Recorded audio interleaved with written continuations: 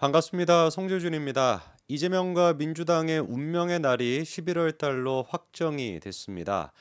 선거법 위반 같은 경우도 11월 15일 날 선고가 나오게 되고요.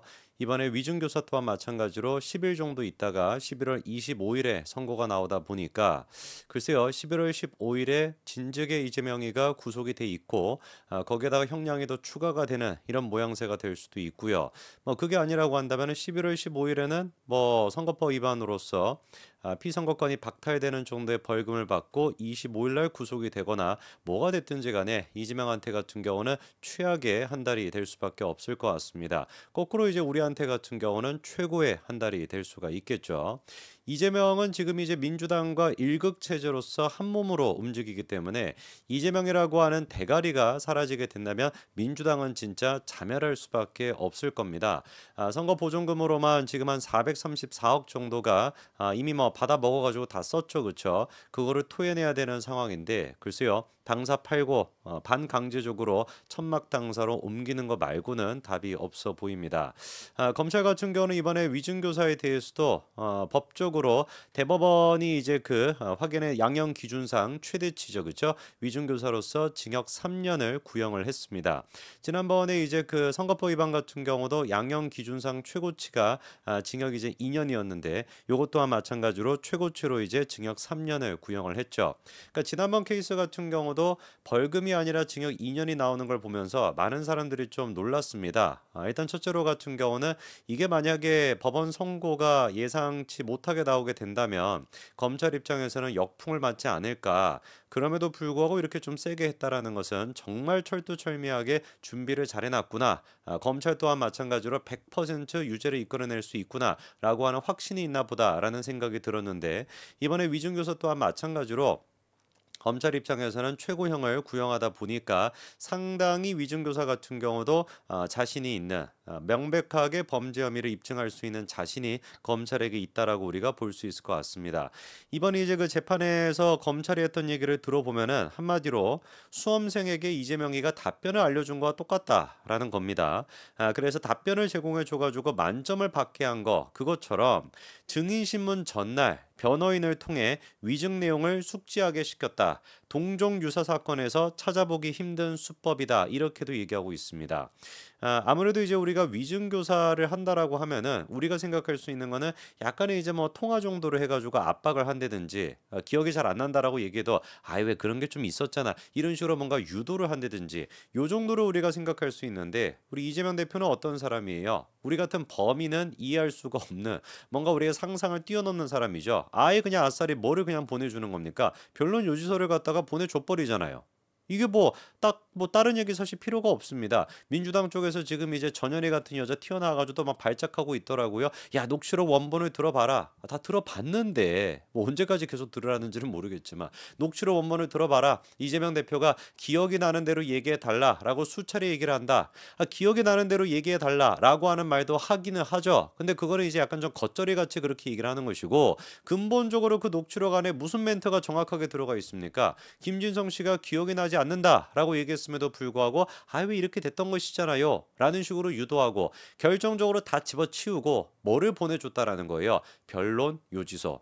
본인의 이제 변론 요지서를 갖다가 김진성 씨한테 보내주고 이거를 참고하십시오. 이거대로 얘기하십시오. 그럼 뭐 얘기 끝난 거 아닙니까? 뭐 다른 잡스러운 얘기가 필요한 겁니까? 변론 요지서를 보내줬다라는 것만으로도 명백하게 이게 위증 교사라는 게 확인이 되는 것이죠. 그래서 이거는 동종 유사 사건에서 찾아보기 힘든 저는 이게 변호인을 통해 가지고 숙지를 시켰다라고 하니까 이재명의 당시 변호인 또한 마찬가지로 위중교사로 처벌해야 되는 거 아닌지 이게 뭐 변호사 맞습니까? 지가 생각하기에도 당연히 이거 법적으로 문제가 된다라고 인식했겠죠? 그럼에도 불구하고 이재명한테 이렇게 아부하고 빨아 제껴대면은 뭔가 공천 때 자기한테 유리하지 않을까 그런 생각해가지고 한 거 아니겠습니까? 저는 이 변호사 또한 마찬가지로 명백하게 처벌을 해야 된다라고 봅니다. 자 그리고 또 검찰은 뭐라고 또 얘기를 했었냐? 오래돼 기억이 안 난다는 김진성 씨에게 이재명이 자신의 일방적인 주장인 협의라고 하는 것이 실제 존재하는 것처럼 주입하며 증언을 요구했다. 여기서 말하는 이제 그 협의라는 게 뭡니까? 그 최초로 PD, 그 다음에 이제 그 김병랑 전 시장 두 사람 사이에 이재명이라고 하는 정적을 제거하기 위해 두 사람이 협의했다.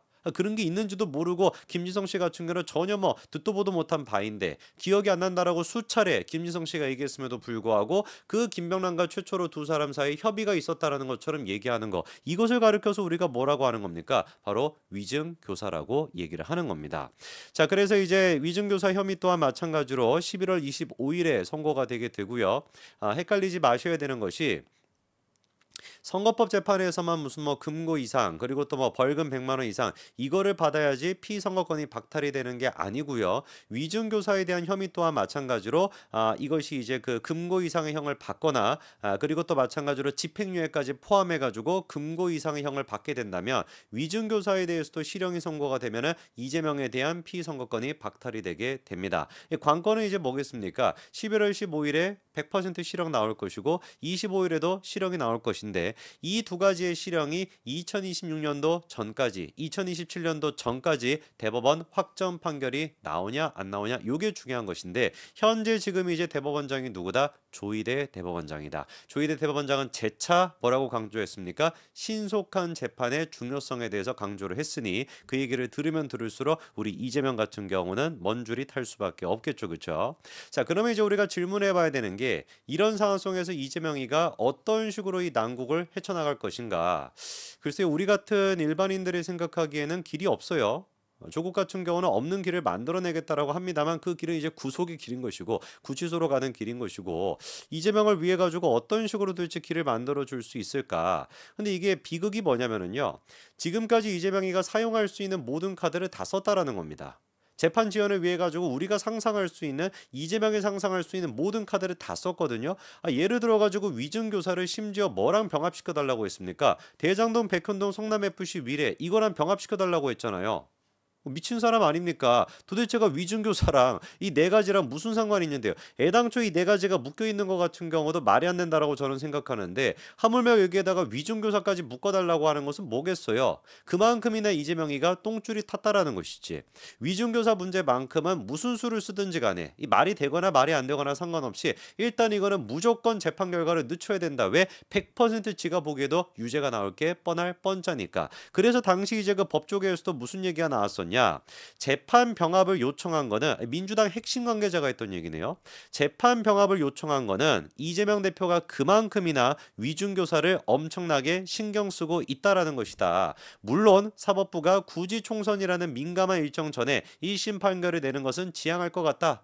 실제로 이제 그 1심 판결이 총선 전에 나오지는 않았습니다만 이 지금 민주당 관계자가 얘기하는 것처럼 뭐라는 거겠어요? 위중교사 문제만큼은 말이 되거나 안 되거나 상관없이 병합 신청을 낸 만큼 이재명이가 굉장히 신경을 쓰고 있다. 굉장히 신경을 쓴다라는 건 굉장히 유죄가 나올 가능성이 높다라는 거겠죠. 그러니까 병합 신청을 할 수도 없습니다. 조희대 대법원장 같은 경우는 2주 만에 그거를 기각시켜 버렸죠. 그렇죠? 또다시 뭐 단식 투쟁을 할 수도 없습니다. 그리고 또 있지도 않은 무슨 뭐 국회 일정 같은 거를 막 거들먹거리면서 할 수도 없고 선거도 없습니다. 심지어. 무슨 뭐 선거라도 있었으면 선거 핑계 대가지고 그때 했던 것처럼 재판 지연도 할 수 있을 텐데 선거도 없단 말이에요. 그럼 남아있는 유일한 수단이 뭐냐? 지금 이제 우스갯소리지만 나와 있는 게 이재명이가 정신병원에 입원할 수도 있다. 이런 지금 얘기까지도 나옵니다. 왜? 이미 본인 스스로가 뭐라고 얘기했습니까? 자기가 안면인식 장애가 있다면서요. 기억나시죠? 그렇죠? 그때 이제 얘기했던 게 뭐였습니까? 안면인식 장애가 있어가지고 김문기 씨를 내가 봤음에도 불구하고 기억이 안 날 수도 있다. 이게 지금 환자거든요.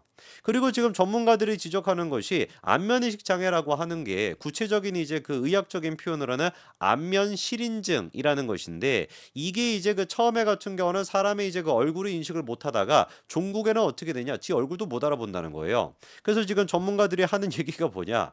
선천적으로 뇌 발달에 이상이 있거나 후천적인 외부 충격.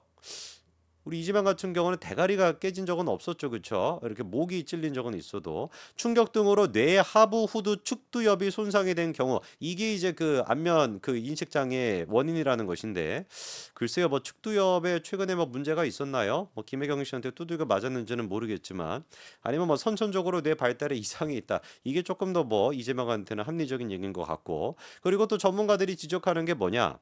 안면 인식 장애를 앓고 있는 환자들은 사회생활과 대인관계가 쉽지 않다. 딱 누가 떠오르죠?